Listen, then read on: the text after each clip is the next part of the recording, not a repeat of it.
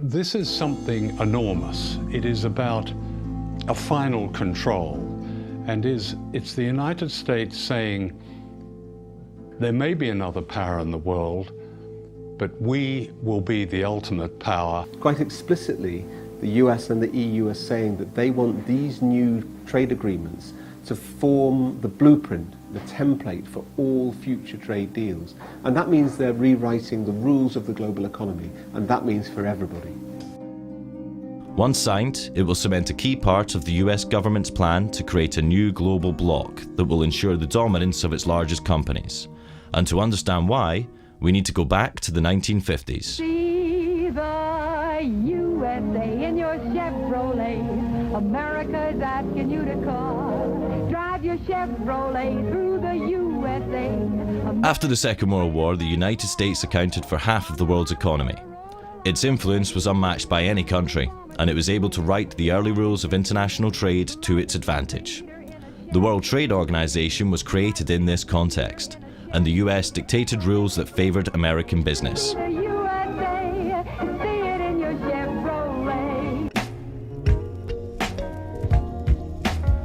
But as economies like China and India joined the WTO, it became a more democratized arena, and the US found it harder to control its decision-making.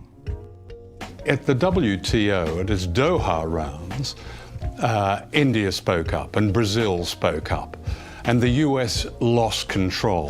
I think it's no use beating around the bush. This meeting has collapsed. The US felt it needed a new strategy to maintain its global dominance. So in the classical American style, they went big.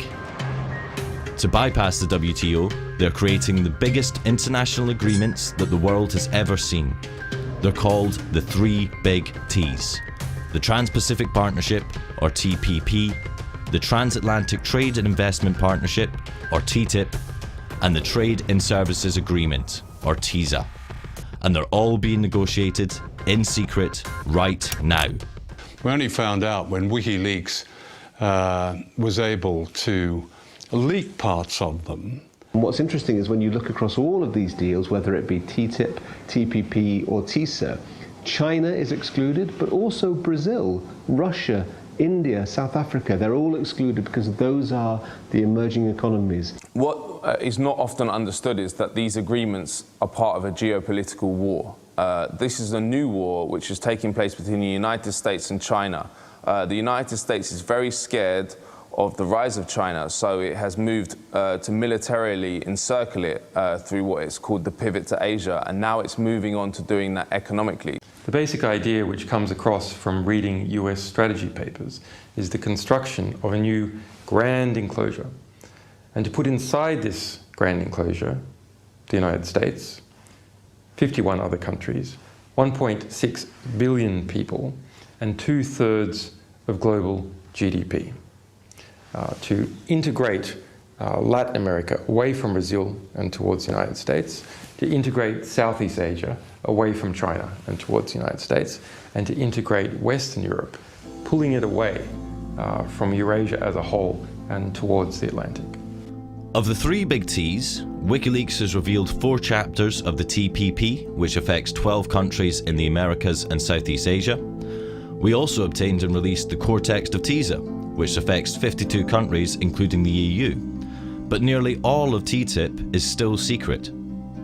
Nobody knows about what's being negotiated in our name. So you have these far-reaching deals which are going to completely change the face of our economies and our societies, and yet even elected parliamentarians know nothing about it. The world's biggest corporations don't have the same problem. They have been receiving VIP access from day one and have had abundant influence in the negotiations. People, the likes of you and I, are excluded. Governments, to a great extent, are excluded. Those who are included are the multinational corporations. These agreements are basically corporate ownership agreements. The funny thing about free trade agreements, as we understand them, is they often have nothing to do with trade in the sense of the mutual lowering of tariffs. What they're about is enshrining an investor rights regime in the respective countries and ensuring that corporations can run wild in the respective economies with very, very little regulation or impingement by government or authorities. These treaties will have huge, huge implications for literally almost every critical issue that an individual citizen or community would care about: health, education, the environment, privacy, access to medicines. I mean, the list could go on. One of the most criticised aspects is a system called the Investor State Dispute Settlement, or ISDS. It's a secretive international tribunal that allows companies to sue states over virtually anything that they can claim affects their investment. If a protest affects their profits, they can sue. If laws affect their profits, they can sue. If new regulations might impact where or what they want to do with their money, they can sue. This is a new power which will be handed over to US corporations to sue the governments of Europe in a parallel judicial system which is available to them alone. So people have no access to it, domestic firms have no access to it, governments have no access to it. It's just there for foreign investors, in this case, US corporations. Based on ISDS history, critics argue that European state sovereignty and democracy are at serious risk. Previous lawsuits include Swedish company Vattenfall suing the German state for $3.7 billion for phasing out nuclear energy. British American Tobacco sued Australia for passing a law limiting cigarette advertising. The French company Veolia sued Egypt for raising the minimum wage.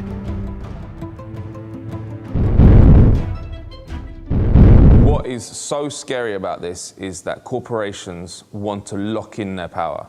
So they not only want increased power, but they want to make it impossible for sovereign governments to reverse the changes which are going to give them power. So for example, with TTIP, if it passes with ISDS in it, the privatization of the National Health Service, which is happening in the UK, can never be reversed. What is democratic about an enormous imposition of power on countries whose citizens have no way of knowing what's going on, of debating it, or influencing their government in its decision? That's anti-democratic. The history of these agreements shows that they're very difficult to change unless people can see what's in them.